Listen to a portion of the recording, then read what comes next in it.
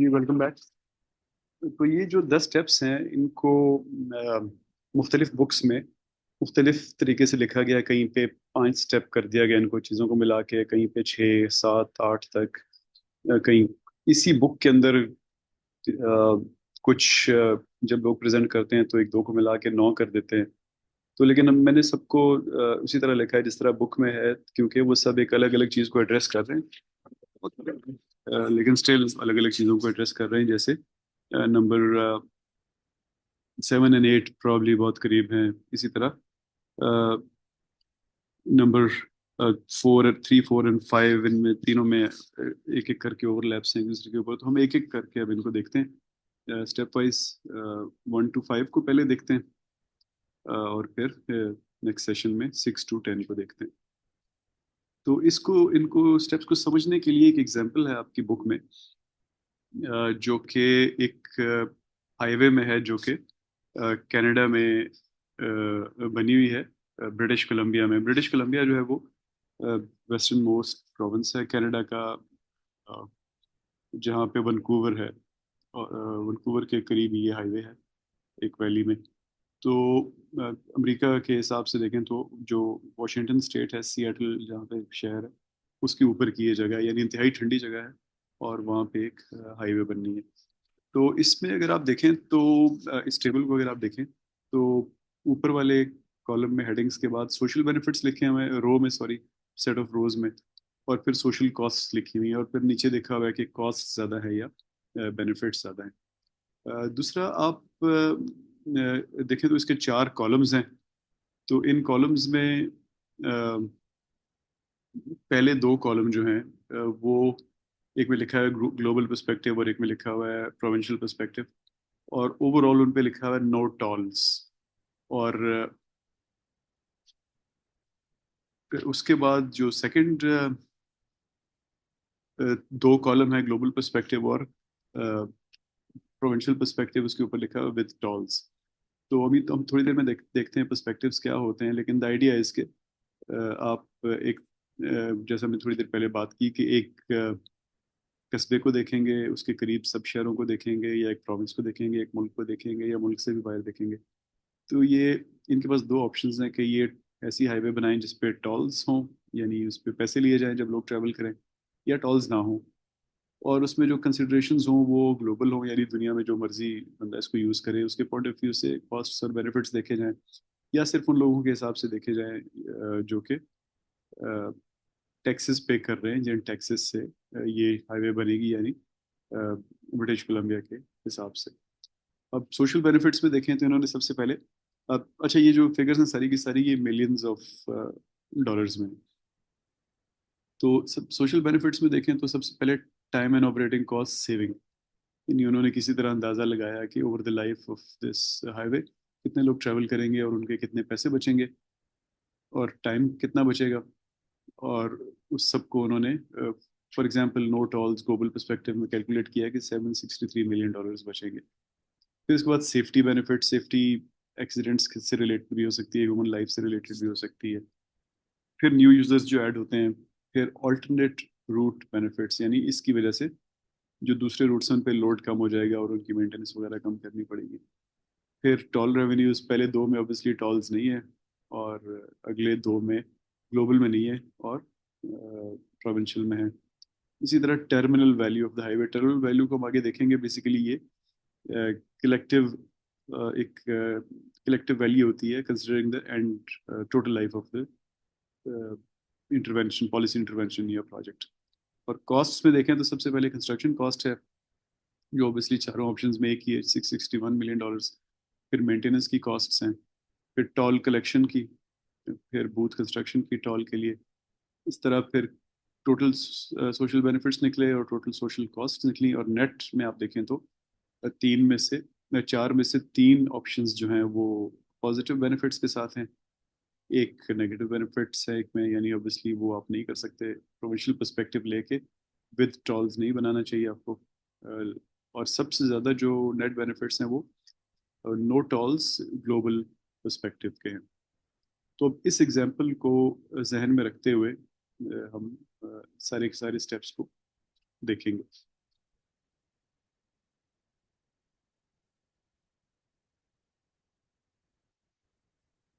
پہلا اسٹیپ ہے جی explain the purpose of cost benefit analysis. اس اسٹیپ میں جو اپنے فنڈامنٹل سوال کا جواب دینا ہوتا ہے وہ یہ ہوتا ہے کہ what is the rational for considering a change in policy. یعنی ابھی ایک ہائی وے چل رہی ہے تو کیوں آپ کو نئی ہائی وے بنانے کی ضرورت ہے.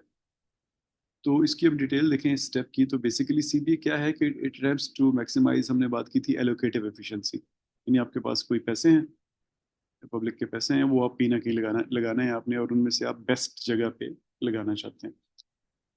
وین مارکیٹس ورک ویل, ہم نے تھوڑی دیر پہلے مارکیٹ فیلئر کی بات کی تھی, لیکن جب مارکیٹ فیلئر نہیں ہوتا تو individual self interest works well, this government intervention is not needed. یعنی آپ اپنے سیلف انٹرسٹ کو پرسو کرتے رہتے ہیں, اور اوور آل ایک پالیسی فریم ورک ایسا ہوتا ہے کہ ہر کوئی سیلف انٹرسٹ کو پرسو کرتا ہے, اور اوور آل وہ سوسائٹی کا انٹرسٹ بھی مینٹین رہتا ہے اس کے اندر.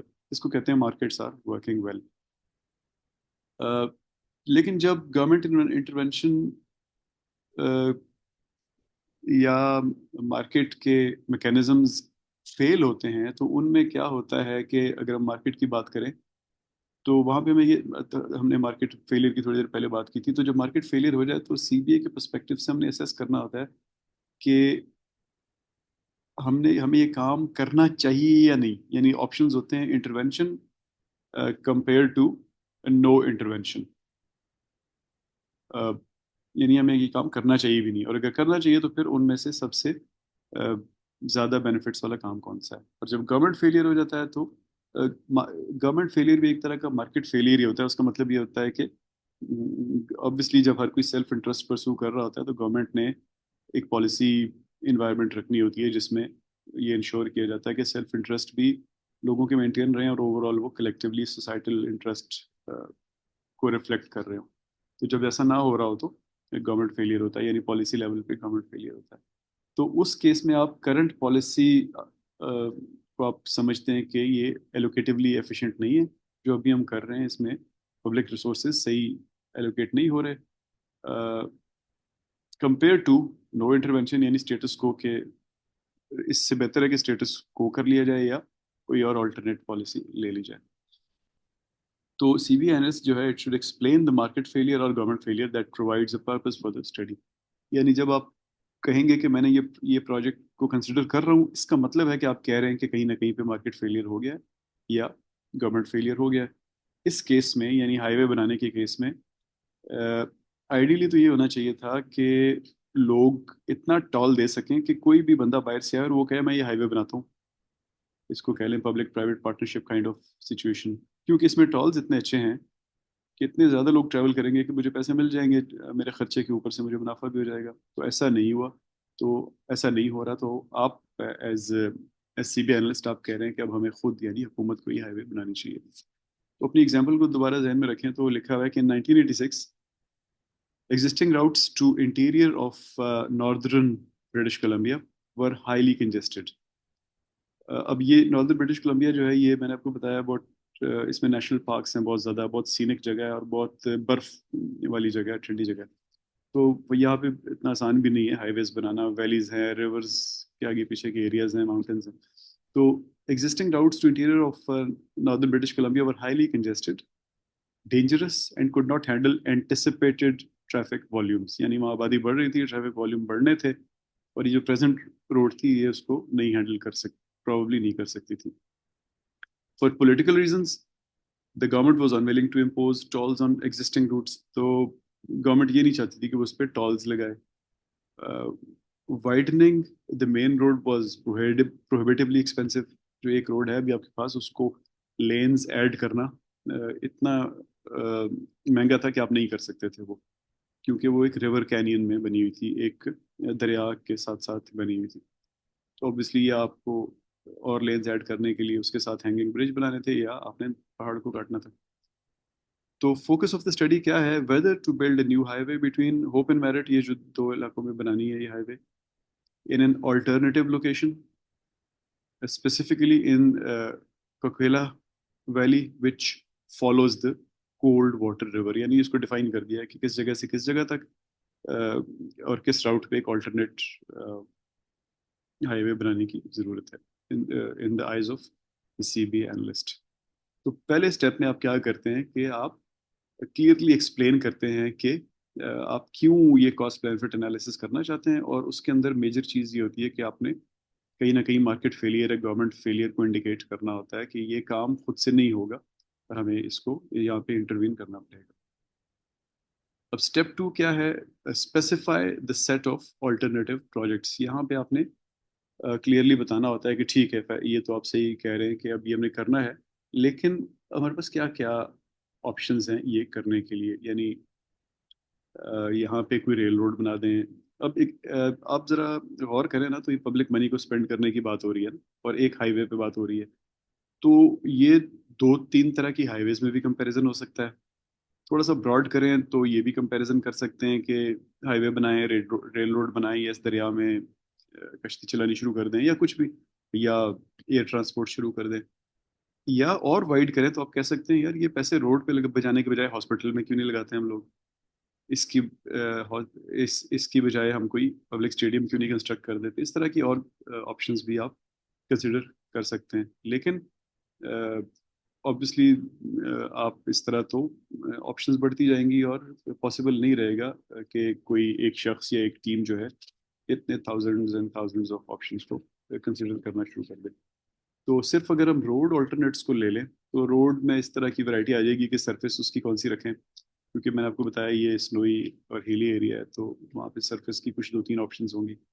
پھر راؤٹنگ کیا ہوگی، کہاں کس ٹاؤن کے قریب سے گزرے گی یا نہیں گزرے گی۔ آپ سوچیں تو ان سب میں نا کاسٹس اینڈ بینیفٹس ہیں۔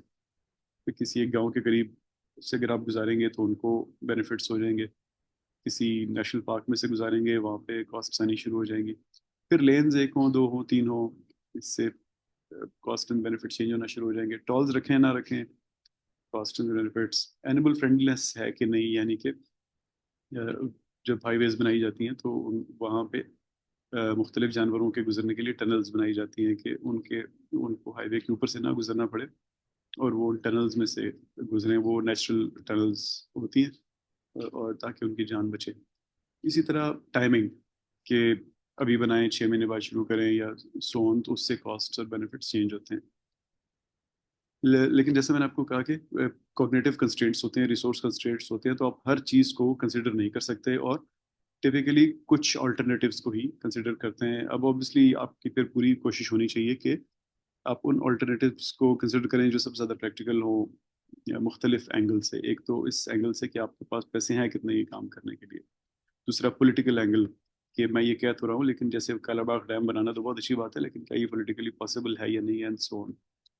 پھر C B A compares one or more potential project with project that would be displaced, یعنی جو آپ نہیں کریں گے وہ اس کی اپرچونیٹی کاسٹ ہوگی، اور اس کو ہم کہتے ہیں یہ کاؤنٹر فیکچوئل ہے۔ یعنی ایک طرف آپ اپنے پروجیکٹ کو رکھتے ہیں اور ساتھ اس کے کاؤنٹر فیکچوئلس کو رکھتے ہیں۔ یعنی آپ جب اپنا پروجیکٹ کریں گے تو کچھ نہیں بھی کر رہے ہوں گے نا، یا اسٹیٹس کو فورگو کر رہے ہوں گے، یعنی آپ اس چیز کو بھی فورگو کر رہے ہوں گے کہ کچھ نہ کریں۔ تو ان چیزوں کو جو آپ نہیں کر رہے ہوتے ان کو کہتے ہیں کاؤنٹر فیکچوئلس۔ بہت سے کیسز میں کاؤنٹر فیکچوئل جو ہے وہ اسٹیٹس کو ہوتا ہے۔ اپنی ایگزامپل کو ہم دیکھ لیں تو صرف 2 فیزیبل آلٹرنیٹیو ہائی وے پروجیکٹس تھے ان کے پاس۔ ایک یہ تھا کہ ٹال کے ساتھ بنائیں، ایک تھا ٹال کے بغیر بنائیں۔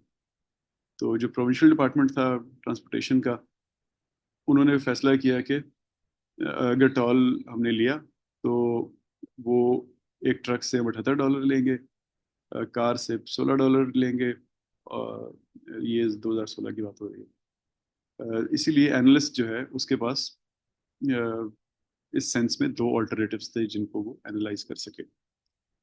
اسٹیپ 3 کو دیکھتے ہیں۔ اسٹیپ 3 یہ ہے کہ decide whose benefits and costs count. اب سی بی اے میں آپ نے یہ فیصلہ کرنا ہوتا ہے کہ کس کس کو اسٹیک ہولڈر بنائیں، کس کو ہم کہیں کہ اس کے بینیفٹ امپورٹنٹ ہے اور اس کے بینیفٹس کو ہم کنسیڈر نہیں کریں گے۔ جیسے ہم نے تھوڑی دیر پہلے بات کی نا کہ نیو دہلی والے جب فصلیں جلا رہے ہوتے ہیں تو وہ کیا کنسیڈر کرتے ہیں کہ لاہور والے 3 مہینے سانس نہیں لے سکیں گے یا وہاں پہ ویزیبلٹی خراب ہوگی، وہ نہیں کنسیڈر کرتے نا۔ تو وہ فیصلہ کرتے ہیں کہ the costs that would be incurred by Lahore population they are not relevant، ہم اس کو نظر میں نہیں لائیں گے۔ تو اس کو کاسٹ بینیفٹ انالیسس کی ٹرم میں کہتے ہیں اسٹینڈنگ، یعنی they decide that the people of Lahore have no standing in our analysis۔ تو اسٹینڈنگ جو ہے مختلف لیول پہ ہو سکتی ہے. پھر ایک لیول ہو سکتا ہے لوکل، یعنی امیجیٹلی اس کے آگے پیچھے کے بینیفیشریز یا وہ لوگ جن کو نقصان ہوگا. پھر اس سے تھوڑا اوپر جائیں تو پروونشل لیول ہو سکتا ہے، یعنی وہ لوگ جو ٹیکس پیئرز ہیں جو اس کو فنڈ کر رہے ہیں، ان کے ہم کنسرنس خالی دیکھیں گے، ان کی کاسٹ اینڈ بینیفٹس دیکھیں گے. پھر اس سے اوپر جائے تو نیشنل لیول ہو سکتا ہے، جو کہ ٹیکس پیئرز بھی ہو سکتے ہیں اگر گورنمنٹ فیڈرل فنڈڈ ہے، اور وہ براڈر اسٹیک ہولڈرز بھی ہو سکتے ہیں. اور پھر گلوبل پرسپیکٹو بھی ہو سکتا ہے، یا اسٹینڈنگ آپ گلوبل لیول پہ بھی لے سکتے ہیں. یہ ان کیسز میں امپورٹنٹ ہوتا ہے جہاں پہ اسپیل اوورز جو ہیں وہ باؤنڈریز کراس کرتے ہیں، جیسے ہم نے ابھی لاہور کی، نیو دلی کی بات کی. اسی طرح اگر آپ کوئی نیوکلیئر ٹیسٹ کرتے ہیں، اسی طرح اگر آپ کوئی کول پلانٹ لگاتے ہیں، اس طرح سے اور بھی بہت ساری چیزوں پہ گلوبل لیول کا سی بی اے ضروری ہوتا ہے. یوزلی ہوتا کیا ہے کہ صرف ہیومنز کی اسٹینڈنگ کو کنسیڈر کیا جاتا ہے. یعنی ابھی تھوڑی دیر پہلے ہم نے اینیمل ہیبیٹیٹ وغیرہ کی بات کی، لیکن اینیملز پر سے اسٹیک ہولڈر نہیں ہوتے. وہ صرف اس وقت اسٹیک ہولڈر ہوتے ہیں جب ہیومنز ان کو ویلیو کریں کہ ہاں یہ امپورٹنٹ ہے. فار ایگزامپل، آپ کبھی کسی سی بی اے میں یہ نہیں دیکھیں گے کہ وہ کہے کہ یار اوہ اس علاقے کے بچھو اور سانپوں کو نقصان ہو جائے گا، کیونکہ ہیومنز کے دماغ میں بچھو اور سانپ ایسے جانور نہیں ہیں جن کی اسٹینڈنگ کو کنسیڈر کیا جائے، بلکہ وہ کہیں گے نہ ہی ہو تو ٹھیک ہے. تو لیکن وہاں پہ اگر کوئی خوبصورت قسم کی ہرن ہو یا کوئی اس طرح کے جانور ہوں جو دیکھنے میں بڑے خوبصورت لگتے ہیں اور ریئر ہوں، تو ان پہ پرابلی ہیومنس کہیں گے کہ ہاں نہیں نہیں ان کو بچانا ہے، تو یہاں بیچ میں جگہ جگہ ٹنلز بنانی ہے. میں اس کو ڈورس یا اپوز نہیں کر رہا، میں جسٹ کہہ رہا ہوں کہ ہیومن مائنڈ اس طرح کام کرتا ہے. تو آپ نے فیصلہ کرنا ہوتا ہے کہ کس کے بینیفٹس اور کاسٹ کاؤنٹ کریں گے، یعنی کس کی اسٹینڈنگ ہے. اپنی ایگزامپل اگر ہم لے لیں جس کی ہم بات کر رہے ہیں کوکلا ہائی وے کی، تو the analyst conducted C B A from provincial perspective because taxpayers living there would pay for it, but thought that it was important to also take a global perspective that considers benefits and costs that affect anyone, irrespective of where they reside. Thus, it includes benefit and cost to Americans. Alberta, یعنی اس کے قریب، اس کے نیچے امریکہ کی Washington state ہے، پھر Alberta جو اس کے ساتھ والی اسٹیٹ ہے، ساتھ والا پروونس ہے امریکہ کا، سوری کینیڈا کا. And even tourist using the highway, یعنی آپ میں کوئی بھی چلا جائے تو ان کو بھی وہ کنسیڈر کرے گا. تو اب اس سینس میں اگر آپ دیکھیں تو اس نے پیچھے ہم نے گلوبل کی بات کی تھی اوپر، جب میں standings can be at different levels, تو گلوبل لیول پہ جب میں نے بات کی تھی تو میں نے اس کو global as countries, between countries کو گلوبل کہا تھا. لیکن اس نے گلوبل کو ان اے براڈر سینس استعمال کیا ہے کہ ایوری ون. جب ہم کہتے ہیں نا یہ گلوبل ایشو ہے، اس کا مطلب ہے اٹس ایوری ونز ایشو. اس کا مطلب یہ نہیں ہوتا کہ چند ملکوں کا یا سب ملکوں کا ایشو ہے. گلوبل کا مطلب ہے کہ اٹ انکمپسز ایوری ون. تو اس نے کہا کہ میں پروونشل پرسپیکٹو بھی لوں گا اور گلوبل پرسپیکٹو بھی لوں گا. اسٹیپ 3 میں اس نے فیصلہ کیا کہ the benefits and costs of everybody. آگے چلتے ہیں اسٹیپ نمبر 4 پہ. اسٹیپ نمبر 4 ہے identify impact categories, catalog them and select metrics. Impact یعنی کاسٹس اینڈ بینیفٹس جو ہیں ان کو آئیڈینٹیفائی کریں، کس کس کیٹیگری میں یہ ہوں گے ان کو لسٹ ڈاؤن کریں، اور فیصلہ کریں کہ ہر ایک کو کیسے میجر کریں گے. سلیکٹ میٹرکس کا مطلب ہوتا ہے کہ کون سے کے پی آئیز استعمال کریں گے، کون سے میجرز استعمال کریں گے ان کو ناپنے کے لیے. تو یہاں پہ آپ تھوڑا سا آپ کے ذہن میں وہ بینجامن فرینکلن کی شروع میں جو ہم نے کوٹ دیکھی تھی وہ بھی آئی ہوگی. تو اس میں جس سوال کا جواب دینا ہوتا ہے وہ سوال یہ ہے کہ what all will be measured and how. کس کس چیز کو ہم نے بینیفٹس یا کاسٹ سمجھ کے ناپنا ہے اور کیسے ناپنا ہے. تو اس کی جو چیزیں کچھ ذہن میں رکھنے والی ہیں، سب سے پہلا یہ ہے کہ امپیکٹس انکلوڈ بوتھ انپٹس، یعنی آپ وہ کام کرتے ہوئے انپٹس کیا دیں گے. جنرلی یہاں پیسوں کی بات ہو رہی ہوتی ہے، ریسورسز کی بات ہو رہی ہوتی ہے، لوگ، مشینری اینڈ سو آن. اور کچھ کیسز میں جہاں پہ زمین امپورٹنٹ ہو تو اوبیسلی اس زمین جس کی آلٹرنیٹ ایلوکیشن بھی بہت اٹریکٹیو ہو تو وہ بھی آ گئی. اور آؤٹ پٹس جنرلی بینیفٹس ہوتے ہیں، کبھی کبھی تھوڑی کاسٹس بھی ہوتی ہیں کچھ لوگوں کے لیے.